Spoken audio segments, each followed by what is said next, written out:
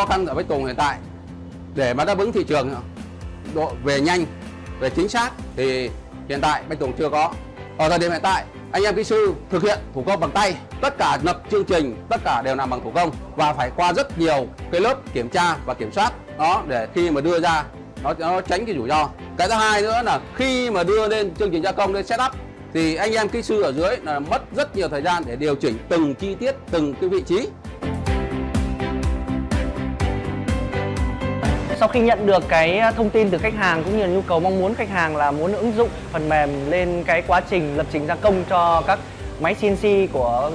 khách hàng, hiện tại khách hàng Bách Tùng cũng là một trong những khách hàng khá lớn của VHOT, đang sử dụng khá nhiều các giải pháp về phần mềm thiết kế lập trình gia công. Thì hiện tại thì khách hàng Bách Tùng có rất nhiều là các dòng máy chạy gia công hàng loạt như cái dòng máy của Syncom A20, và hiện tại thì khách hàng đang muốn ứng dụng phần mềm để làm sao tối ưu hiệu quả cái quá trình lập trình gia công các sản phẩm. Sau khi nắm bắt được cái thông tin cũng nhu cầu mong muốn thì bên phía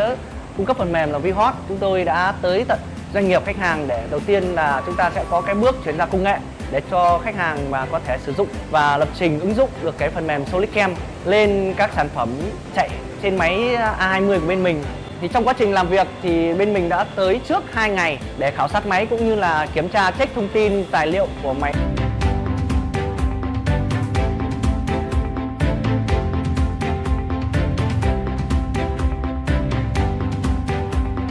Khi tích hợp phần mềm SolidCAM này vào giảm được cái thời gian setup máy cho các anh em kỹ sư và đánh giá được cái sự rủi ro trước khi mà đưa một cái chương trình gia công, một cái chi tiết mới lên trên máy gia công. Thì đó là những cái mà rất cần thiết trong cái ngành gia công cơ khí.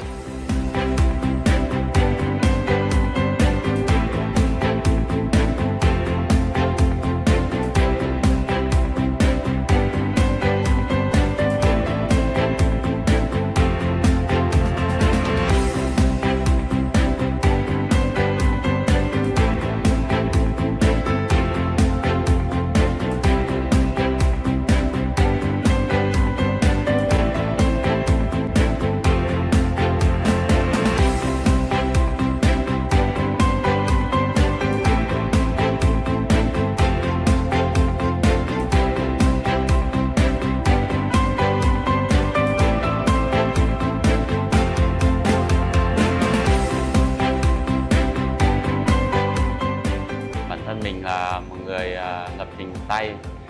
cho phần mềm gia công thì khó khăn rất nhiều trong phần phải kiểm soát đường giao đi, kiểm soát va chạm máy. Sau khi các kỹ sư hướng dẫn trên phần mềm thì phần mềm máy có thể mô phỏng va chạm máy này, đường giao đi, tối ưu đường giao. Điều đó dễ dàng cho mình thực hiện thao tác lập trình, có thể giảm thời gian lập trình nhiều hơn. Thì mới đào tạo được 3 buổi, tuy nhiên qua 3 buổi mình cũng thấy rằng phần mềm có thể đáp ứng được rất nhiều cho bên lập trình của bên kỹ thuật. Mình tin tưởng rằng sau khi sử dụng phần mềm SolidCAM sẽ mang lại rất nhiều giá trị cho bản thân mình cũng như đội nhóm kỹ thuật và công ty Bách Tùng. Trong quá trình đào tạo thì tôi cảm thấy một điều đó là các bạn tiếp nhận rất là nhanh chóng, bởi vì cái giao diện dễ sử dụng trên phần mềm cũng như cách thiết lập cài đặt nó tương đối là trực quan giống trên thực tế. Và tôi mong sao là tới đây thì các bạn có thể ứng dụng được nhiều sản phẩm cái độ phức tạp hơn nữa lên các dòng máy bên mình thông qua phần mềm để giúp cho mọi người có một cái trực quan về sử dụng phần mềm. Thì chúng tôi có một cái kênh support cho mọi người 24/7 mỗi khi mọi người trong đội ngũ kỹ sư của mình lập chương trình mà gặp bất kỳ cái sự khó khăn nào đó.